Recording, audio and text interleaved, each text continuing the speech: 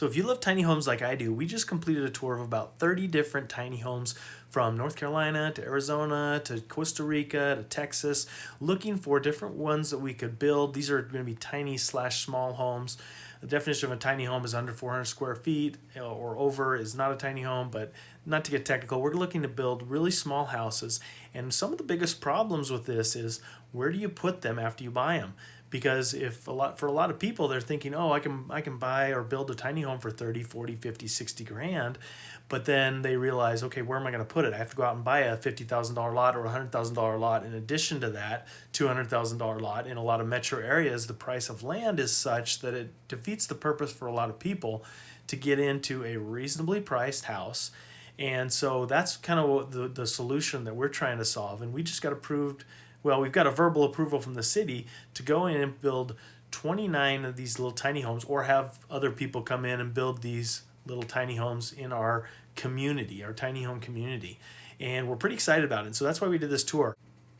And I found this cool software that I can use on my iPad that allows me to map these tiny homes out and get some kind of spatial awareness and see how things flow and bring that back to the office and kind of dissect this a little bit.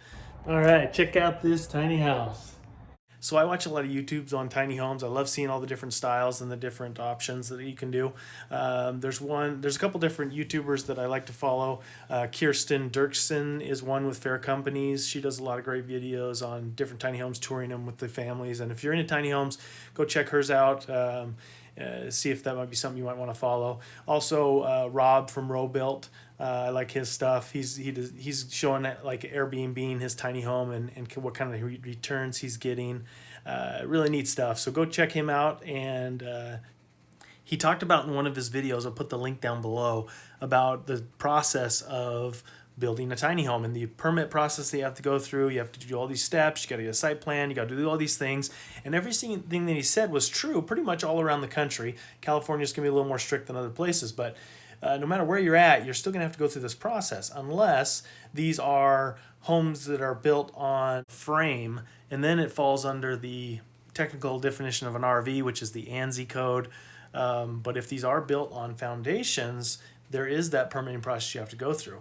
But what a lot of people may want to do instead is if they build these tiny homes on frames, they can take them to these tiny home communities, park them there, and not have to pay for that land and not have all that expense and all that permitting process to go through to get up and going. So I say tiny home community, but what that really means technically, and as far as the zoning goes in most places, is an RV park or a mobile home park.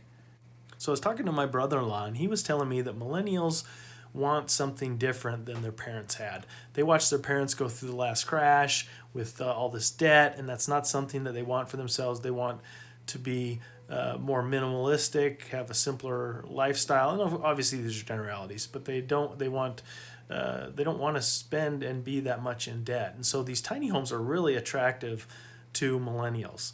And so how can a millennial, if you were to buy one of these or build one of these tiny homes for, let's say, around $50,000 and you had a lot rent for around $300, you can rent them out for around $800 just as a normal rental. But if you were to Airbnb it or something like that, you maybe make $1,500 a month on something like this and have the lot rent of $300. It sounds like it might be a really good deal and a win-win for all involved.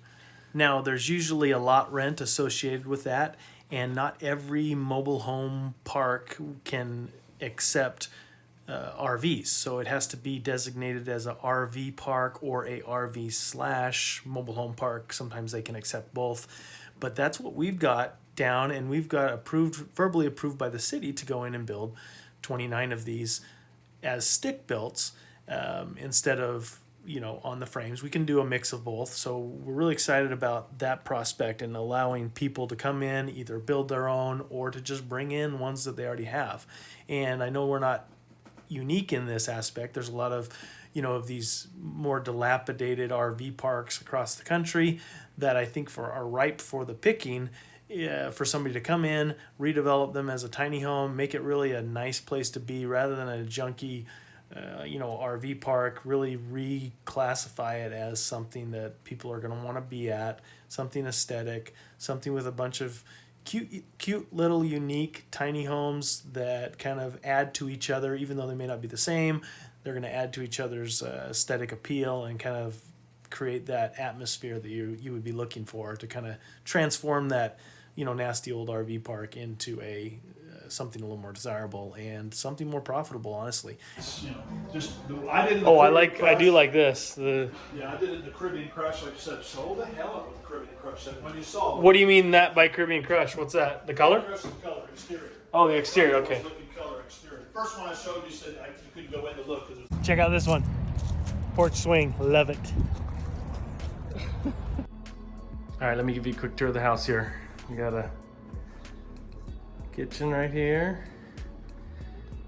Little living area. We got the pull-out couch. Pretty small. Bottom, it's about 400 square feet. Got Roberto chilling in the bedroom here. Nice views. Little bathroom with a separate shower. Man, getting to this place was a little crazy. We had this, boy, we danced around a bunch of little roads until we actually found the place, but it was straight up. I'm getting out here. Anyway, get up, stop here. There's a little bed with great views. We didn't realize the views are so good because we got here in the dark and had no idea. Bathroom down up here is the same as downstairs, but that's where I slept, right there. A little bench. Come out here. I mean, look at these awesome views.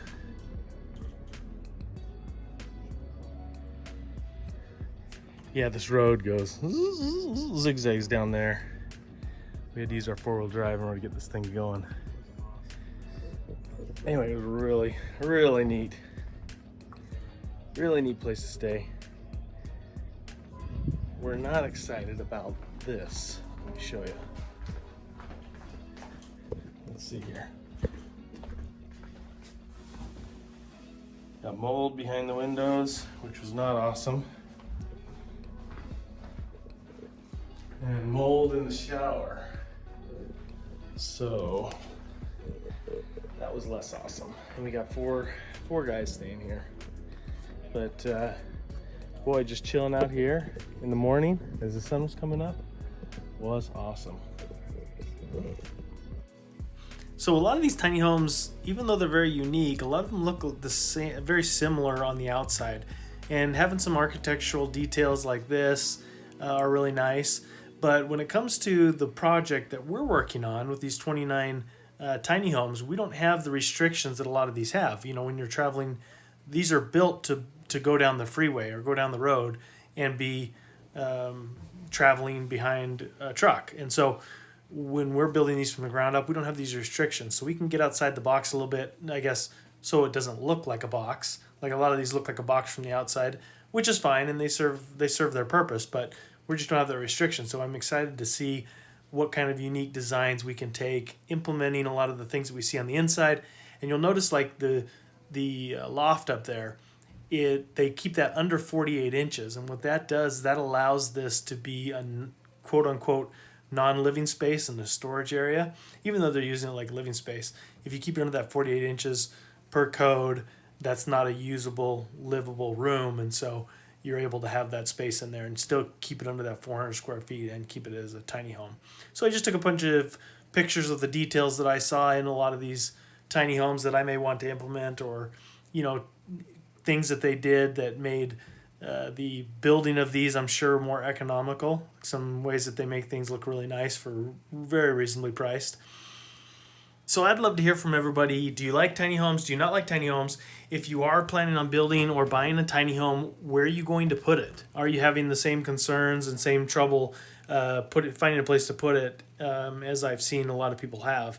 And what are your thoughts on building a tiny home community out of these RV parks and kind of changing that use and making them aesthetic like these are, and maybe even allowing investors to come in, or just people that want to have a place to escape to?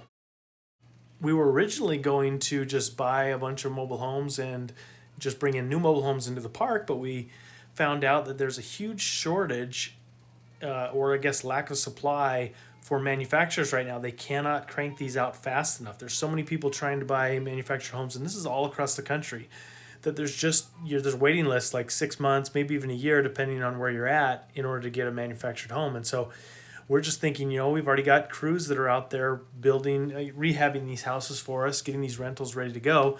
Why not just use them to build some of these tiny homes and cut out the middleman? We'll just make a little bit more in the process. Plus, we can design them how we want them with all these unique features. And that's kind of why we did this tour. We wanted to check out all the details and see what would work and what wouldn't work, and what would be best in our little community. So I'll put a link in here to my next video that's going to be about this tiny home community that we're building. But like this one, for example, this one had a nice wraparound porch, these barn doors, this fireplace on the porch I thought was a great idea. Anyway, in my next video, I'm going to go into a little bit more of the mechanics and the numbers behind this project and how we're going to make it work and how we're going to make it pencil. And yeah, let me know what your thoughts are. Like and subscribe for future content like this. Have a good day.